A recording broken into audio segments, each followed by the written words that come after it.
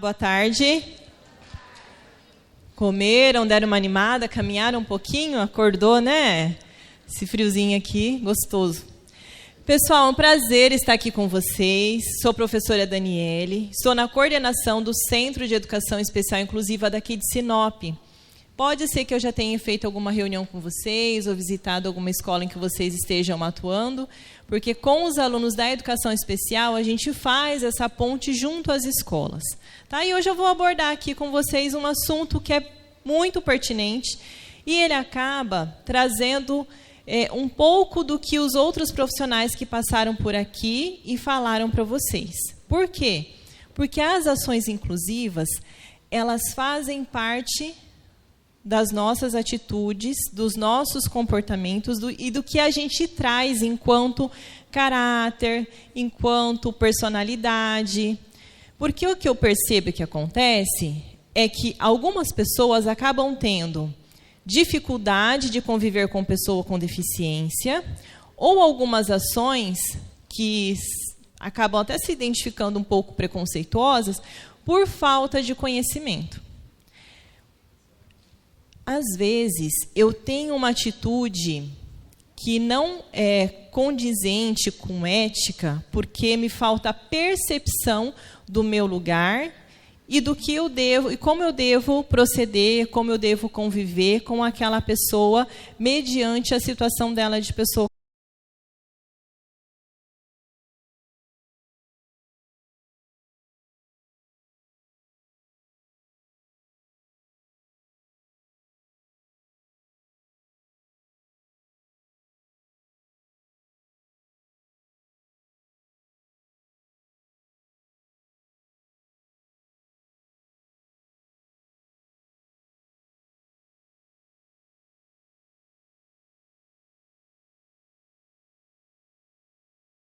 Só para mim saber.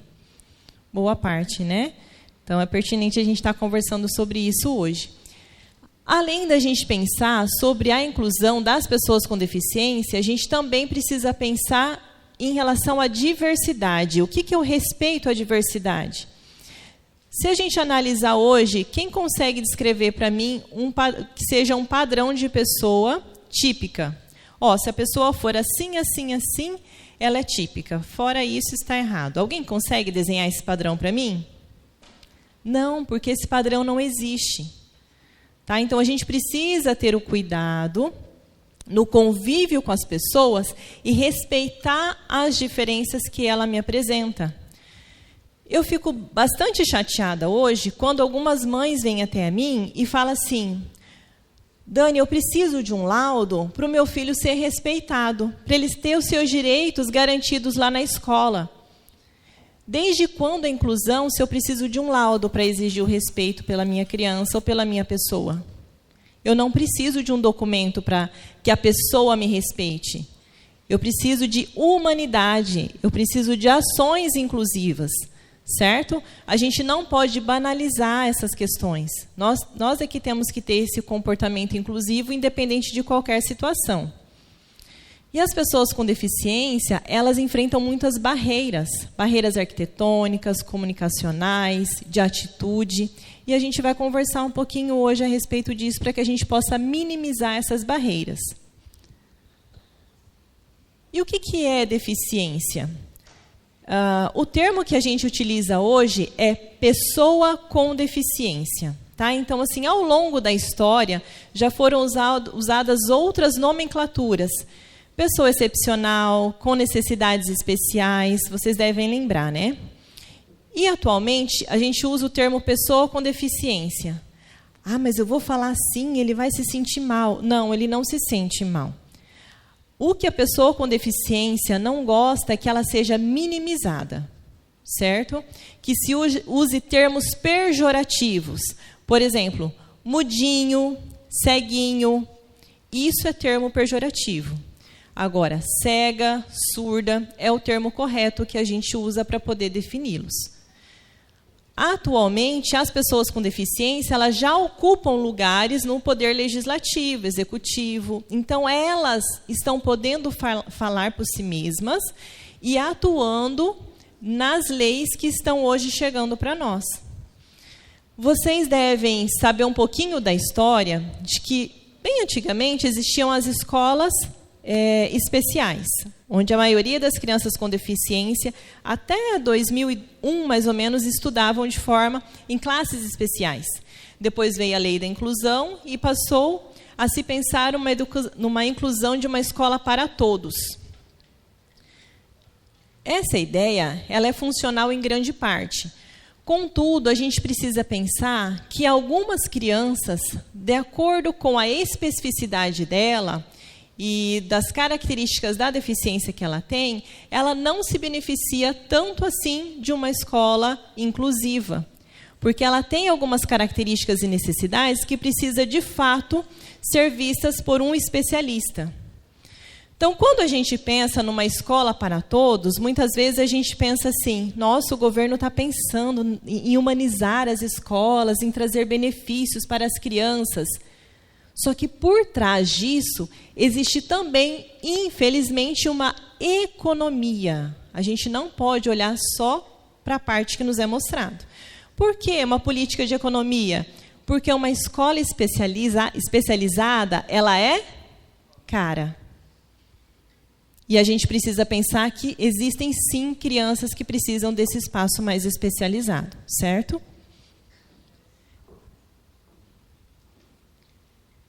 De acordo com a legislação, quem são consideradas pessoas com deficiência? Pessoa com deficiência física, visual, auditiva, intelectual, múltipla, transtorno do espectro autista e altas habilidades de superdotação.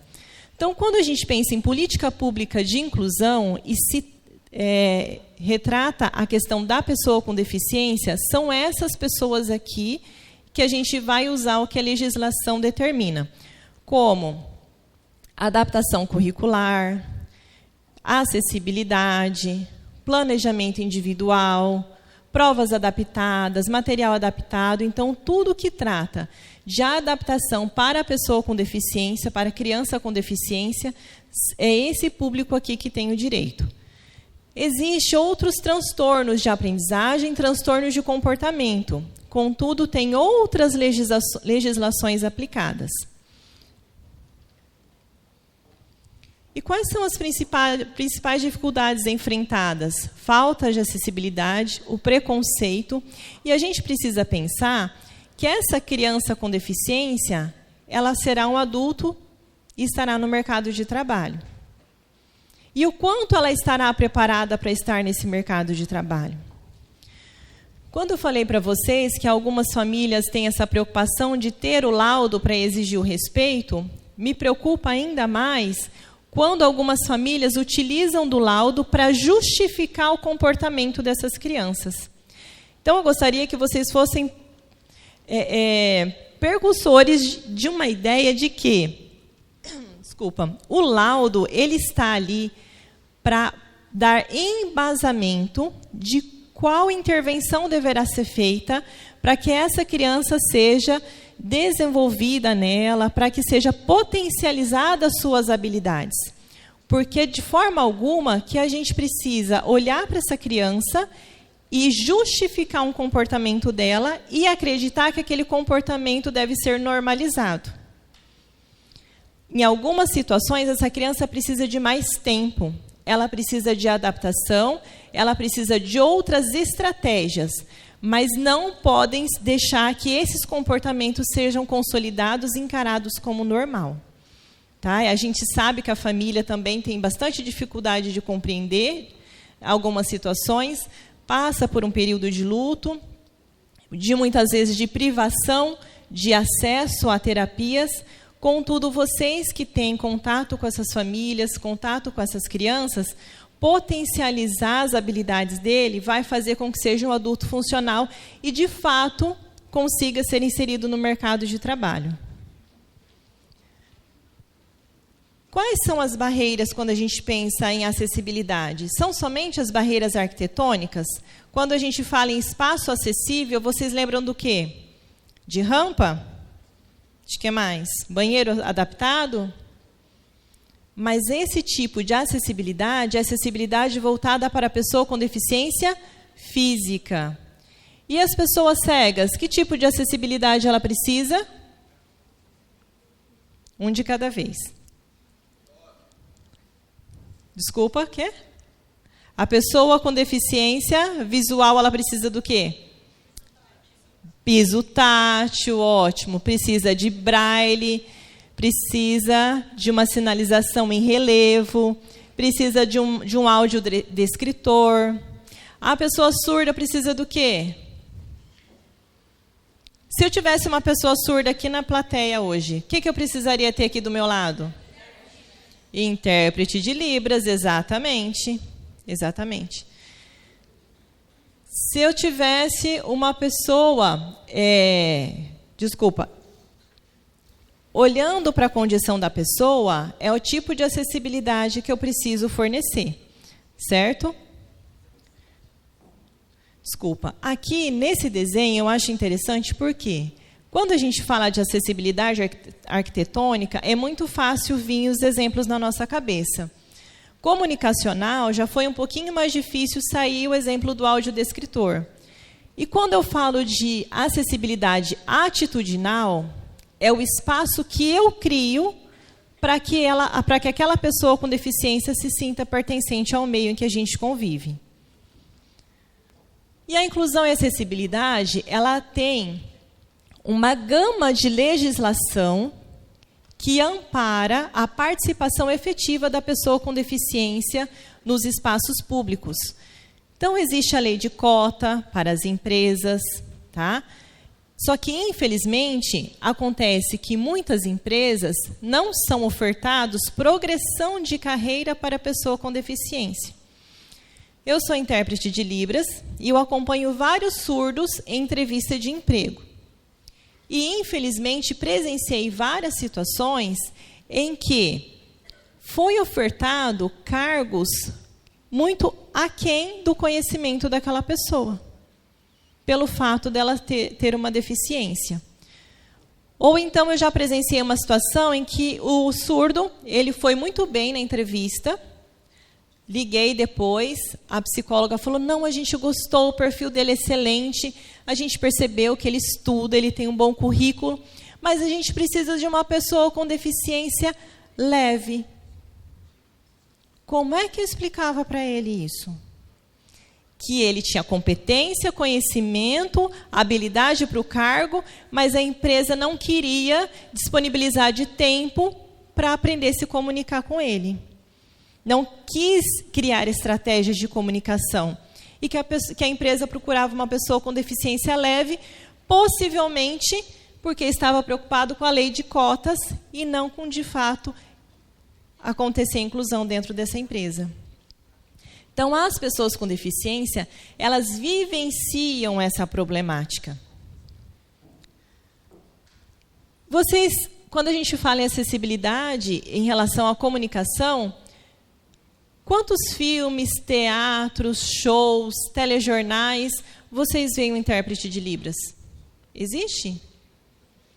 Como que a gente vai olhar para essa pessoa surda e imaginar que ela possa se desenvolver como nós, se ela não tem acesso a todas as informações que a gente tem?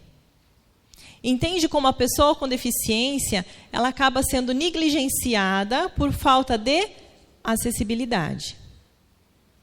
Muitas vezes o problema, a dificuldade não está na deficiência da pessoa, mas na falta de acesso.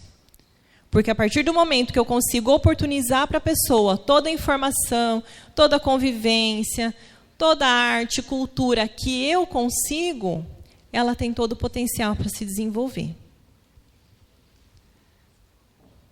E a inclusão, ela passa por isso, inserir e valorizar todas as pessoas, respeitando a sua diferença. Eu convivo muito com pessoa surda, e eles falam, qual que é o problema de vocês, ouvintes, em não entender que a nossa única dificuldade é a comunicação? Então, muitos comportamentos nossos acabam afastando eles do convívio social, porque a gente não tem atitudes inclusivas. Ter atitude inclusiva, muitas vezes, não é saber tudo sobre a deficiência, mas é ter a atitude de acolher, de possibilitar um bem-estar para aquela pessoa naquele ambiente, se eu não tiver, de fato, uma acessibilidade para ela. Qual que é o nosso papel? É desenvolver nesse nosso comportamento a empatia. Quando os outros profissionais falaram aqui de desenvolvimento individual, de desenvolver sua potencialidade, as suas habilidades, de estar no coletivo, de ser proativo em relação ao desempenho das suas funções, ser uma pessoa que tem empatia e que auxilia as outras pessoas que têm dificuldade, também é de grande valor. A primeira palestrante falou algo que é certeiro.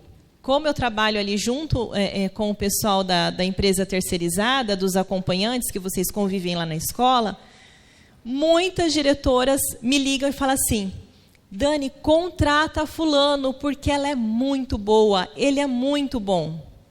Então, o trabalho que vocês executam, as atitudes de vocês lá na escola vai repercutir para o resto da vida. Você não precisa chegar e falar, eu sou assim, assim, assim. A imagem que você construiu, a carreira que você construiu, vai falar por você. E o que a comunicação gera nesse nosso ambiente? Ela precisa ser ponte e não barreira. Ali a gente trouxe alguns exemplos, como intérprete de Libras, pranchetas com pictogramas, que é da comunicação alternativa que a gente usa com pessoas não verbais, e também uma identificação de banheiro que tem o braille ali. Certa vez eu cheguei no estabelecimento e eu encontrei essa plaquinha de banheiro, e onde que ela estava fixada? Em cima da porta do banheiro. Tem acessibilidade? Tem, a plaquinha está lá. É funcional para o cego? Como é que ele vai identificar onde que é o banheiro se a plaquinha está em cima da porta? Entende como as pessoas típicas, muitas vezes, não compreendem a dificuldade da pessoa com deficiência e têm ações que se imaginam ser de acessibilidade, mas na realidade não são. As pessoas com deficiência, elas têm uma fala assim: nada para nós sem nós. O que isso significa? Que eles querem pensar as políticas públicas que os atendem, porque só eles sabem o que eles passam. Já chega, né? Já foi o tempo em que nós, pessoas típicas, planejávamos o que era bom para eles.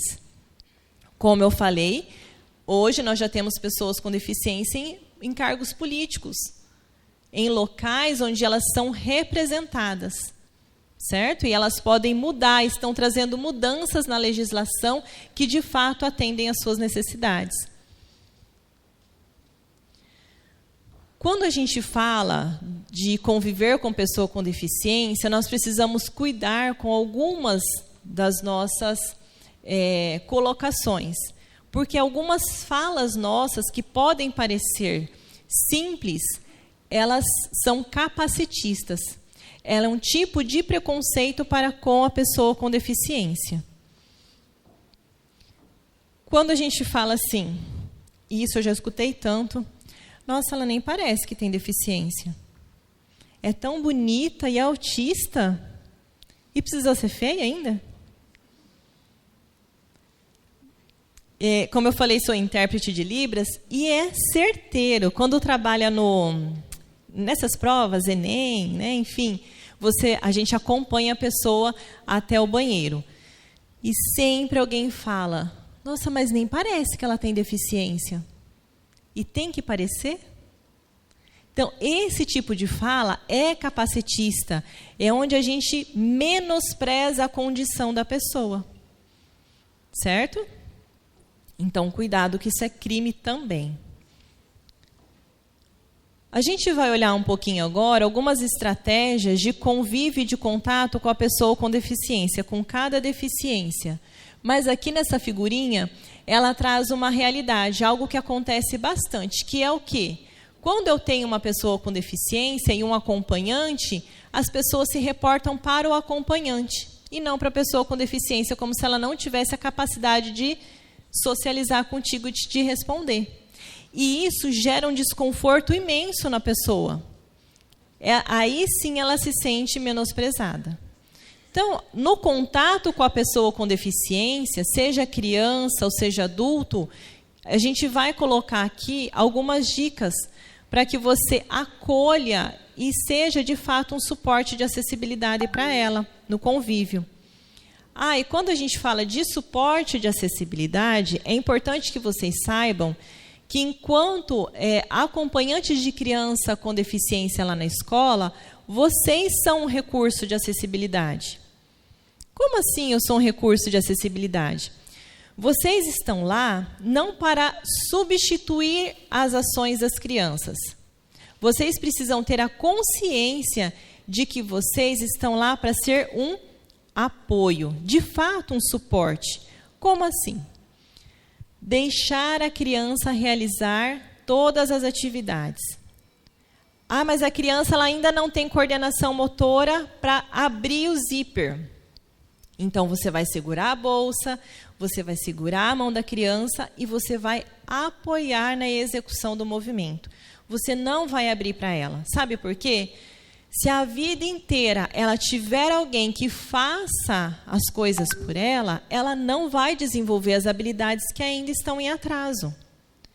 Aprender é difícil para todas as crianças. Todos nós passamos por dificuldade para aprender. Mas a criança com deficiência, por ter algumas dificuldades maiores e um tempo diferente de execução, vocês precisam estar lá sendo esse suporte. E suporte, muitas vezes, para a família também compreender que é importante essa autonomia. Porque mãe, gente, acha que é eterna. E ela sempre vai estar fazendo 100% para aquela criança, sem perceber que ela está tirando o direito dela de se desenvolver. Tá? E a gente sempre vai pela lei do menor esforço. Se a gente vai, imagina as crianças. Se tem alguém fazendo por mim, por que eu vou me esforçar para fazer? Tá? Quando a gente está ali no convívio com uma pessoa com deficiência física, é importante a gente saber algumas situações no nosso comportamento. Por exemplo, vocês precisam considerar que a cadeira de rodas ela é uma extensão do corpo da pessoa.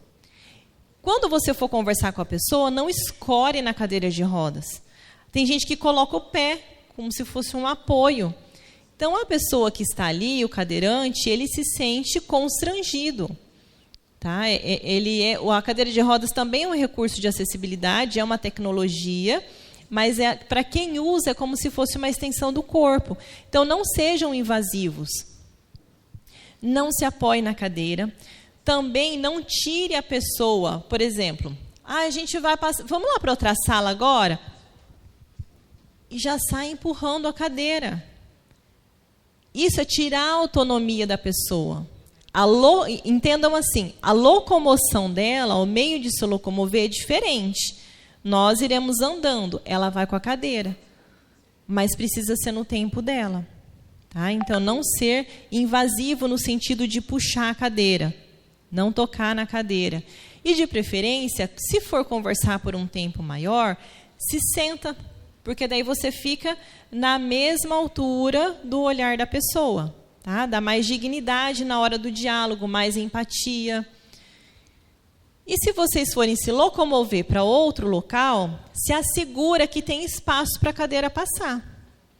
Tá? E se não tiver, você observa por onde você pode organizar e a pessoa poderá te acompanhar. Quando a gente estiver em contato com uma pessoa com deficiência visual, uma pessoa cega, o que é importante? Que você avise quando você chegar perto dessa pessoa e também quando você for sair. Por quê? Eu já vi acontecer da pessoa estar conversando com o cego e acontece alguma coisa, a pessoa sai, como é que o cego fica? Falando sozinho. Então, isso causa constrangimento, tá? Então, quando você chegar perto da pessoa cega, você fala, boa tarde, meu nome é Daniele, tudo bem? Fala o seu nome. Porque por mais que ele, às vezes, possa lembrar, ter em memória a sua voz, às vezes não funciona se não tiver tanto contato assim. Então, apresenta, olha, meu nome é tal, né? Tudo bem com você? Aí você inicia a conversa. E ao sair, aí você se reporta à pessoa também. Ó, fulano, eu estou saindo, tudo bem? E sai. E para mudar de ambiente, você pode oferecer seu braço para ser o guia dessa pessoa. Em hipótese alguma, segura ela pelo braço e sai arrastando. Certo? Porque isso provoca muito desconforto também na pessoa cega. E se estiver em algum ambiente, por exemplo, aqui teve apresentação artística e também está tendo ali os slides. A pessoa cega, se ela estivesse aqui, ela estaria escutando a minha fala, mas não estaria vendo os slides. O que precisaria de alguém aqui, do lado da pessoa, falando, olha, apareceu um slide, na figura tem uma criança cega brincando com peças de montar. Ponto final. O que você fez? Você deu o mesmo acesso para a pessoa que você está tendo. Então, isso é acessibilidade, isso é inclusão. Não é nada muito gigantesco. É só você adaptar para que a pessoa tenha o mesmo acesso que você. Certo? E o atendimento à pessoa com deficiência auditiva? Se a pessoa tiver deficiência auditiva, quer dizer, se ela ainda tiver um resíduo auditivo, você precisa falar olhando para ela, com um pouco mais de calma, não precisa exagerar na articulação, só fala com um pouco mais de calma. Não adianta gritar. Por quê? A pessoa que tem perda auditiva, são limiares diferentes, aqui tem o audiograma, que ela pode ter na perda. Então, não é que ela escuta baixinho se ela tem uma perda moderada. Não, alguns sons ela não vai escutar, e outros ela pode escutar. Lembrando que escutar é diferente de compreender. Pessoas que têm uma perda moderada, por exemplo, se cair algum objeto, ela pode escutar o barulho, mas ela não identifica. Se cair uma corrente aqui no palco, sem olhar, vocês sabem que é uma corrente? Diferente de uma garrafa. Porque a gente já tem uma memória auditiva e a gente tem essa percepção. Então, a pessoa, quando tem uma perda moderada, ela não tem essa memória. Aí, eu já vi muitas pessoas falarem assim, mas escuta quando eu chamo, ou quando as crianças estão gritando, ou quando bate a porta. É diferente de compreender. Vejam ali que os fonemas, eles têm um limiar ali no audiograma, diferente dos outros sons. Então, se a perda dela é ali, ela não vai compreender a nossa fala. Por isso que é preciso o intérprete de Libras, certo? Mas se a pessoa ainda tiver um resíduo auditivo, você pode conversar com ela, né, de uma forma mais tranquila, oferece um papel para que ela escreva, para que ela possa se expressar também, é uma forma de acessibilidade. Em eventos, é necessário que tenha um intérprete de Libras. Existem também algumas tecnologias que já dão um ganho maior de qualidade para as pessoas surdas. Por exemplo, vocês já ouviram falar de implante coclear? Né? Então, tem o aparelho de amplificação sonora, que ele é utilizado com pessoas que têm até uma deficiência auditiva moderada, e para quem é surdo tem a possibilidade do implante coclear. Então, é uma tecnologia que traz um ganho para a pessoa surda, tá? Uma possibilidade de voltar a escutar. Assim como tem um óculos, acho que é Opticon que chama, que a pessoa cega, ela coloca esse óculos e o óculos ele descreve o que está na frente da pessoa, ou ele lê para a pessoa. Tá? Inclusive, na rede estadual, a gente já tem alunos que fazem uso dessa tecnologia. O óculos ele faz a leitura para a pessoa cega. Quando a gente está em contato, em convívio com uma pessoa que tenha deficiência intelectual, nós precisamos conversar com ela de uma forma mais simples, mais direta, porque ela não vai conseguir fazer abstração. Então, ela não vai conseguir memorizar se eu der uma informação muito longa. É importante que eu dê comandos mais concisos para que ela consiga executar. E também que eu pergunte se ela entendeu e que, de repente, eu também fale para ela me repetir, para ver se, de fato, houve compreensão. Opa. A gente tem muitos pontos positivos e ainda situações que a gente precisa avançar em relação à inclusão. Quais são os pontos que a gente tem que avançar ainda? É fazer isso aqui, ó, conhecimento. Tá? Conversar com as pessoas. Hoje aqui vocês aprenderam um pouco, pode chegar em casa, passar para os colegas, no ambiente de trabalho também. Se de repente chega uma pessoa com deficiência na escola, eu quero que vocês observem que as pessoas geralmente elas saem para não atender. Por que elas saem para não atender? Pode ser preconceito, mas geralmente é falta de conhecimento. A pessoa se constrange por não saber como atuar com aquela pessoa com deficiência. Mas vocês viram que as dicas que eu dei são bastante simples. E você consegue, pelo menos, fazer essa acolhida com a pessoa. Dar dignidade naquela pessoa e no estar naquele ambiente. Nós também temos os desafios, que ainda é o preconceito, a escassez de oportunidade no mercado de trabalho. Né? Então, muitas pessoas falam assim, as pessoas com deficiência são aposentadas, para elas é mais cômodo ser aposentado. Não é, pessoal, mais cômodo ser aposentado. O que acontece é que é muito difícil a permanência da pessoa com deficiência no mercado de trabalho. Se para nós já temos bastantes desafios, né, em progredir carreira, imagina para a pessoa com deficiência. Então, muitas vezes, ela acaba pegando algum serviço informal e permanecendo com o benefício de prestação continuada, porque ela não consegue avançar na carreira, na sua profissão. Certo? E hoje a gente está aqui trocando esse conhecimento para que haja uma mudança da cultura do coletivo, para que a gente faça com que a inclusão, com que as nossas atitudes, elas sejam naturais, naturalmente inclusivas. Quando a gente pensa em adaptações, vocês vão ver que existe o desenho universal. O que é o desenho universal? É uma política de inclusão, que é uma ação da política de inclusão, que ela já pensa em ambientes e em estratégias que sejam servíveis para todas as pessoas.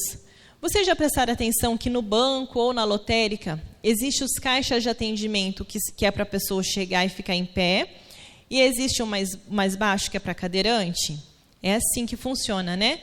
Mas segundo o desenho universal, se eu tiver todas as bancadas baixas, eu consigo atender todo mundo com uma cadeira, por exemplo?